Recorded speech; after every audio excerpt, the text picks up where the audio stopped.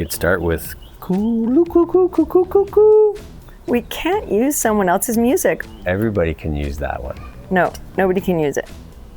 I mean, I guess maybe everybody who's Canadian. We'll have to look into that. I'm Canadian, look it. You are Canadian. Oh, hoser. I didn't know why you were starting with that. Cause, no one can do it like we do it, like we do it, like we do it. For those of you who saw the snowblower episode, you may have noticed that Dale didn't say anything about watching what's underneath the snow and not running over things like, I don't know, your garden hose. So today we're going to learn how to change the end on this garden hose so I can use it again and water my flowers now that it's spring. Shows you how good the snowblower is if we can chew that up. Yep. The first thing you need to do is cut the hose wherever, like cut the damaged part off. Like you did a really good job on this one. Thank you. So we have these, you can use a utility knife. We have these finger cutter offers, so they work pretty good. That's what they call them at the hardware store? Yeah, that's the technical name of them. So you just cut this nice and clean. You can see here this hose has got a few cracks and stuff. We also want to be mindful that it's still going to reach where we're going to. So we can take a little bit more off. Let's see if we can get rid of those cracks. See, it's a nice clean hose. You can see both liners. So the next thing is my safety latch on the finger cutter offer, so you don't reach in the toolbox and cut your finger off. A couple things. One, hose diameter matters. 5/8, like 1/2 inch or 5/8. That's the standard garden sizes. And then also that we're putting on the right end.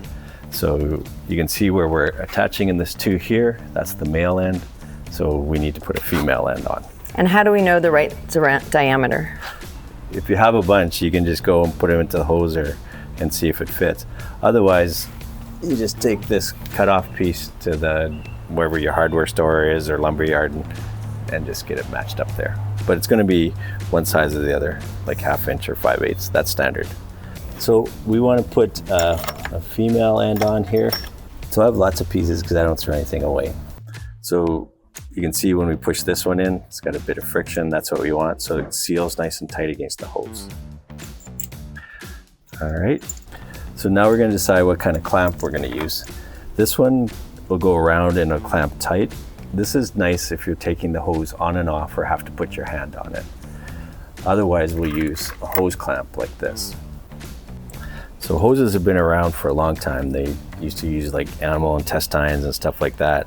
But when Goodyear came up with vulcanization in 1800, then they actually were able to put cotton wrap around and have rubber around the inside. So garden hoses like this have been around since like 1820, even though Goodyear got screwed over, as we all know. So we're putting a nice little seal in here. Tab's always down, right? Oh, I didn't know that. We do now. Good thing I know. And then we're good to go. Our hose is nicely fixed for next year's snowblower. Well, next year I'll know better, but that was way easier than I thought it was going to be. Yeah. Do you know what happens when you cross a rabbit and a hose? Do you know what you get? No, I do not. Hairspray. It always takes me a minute to get your jokes. They're only funny if you gotta explain them. Cut,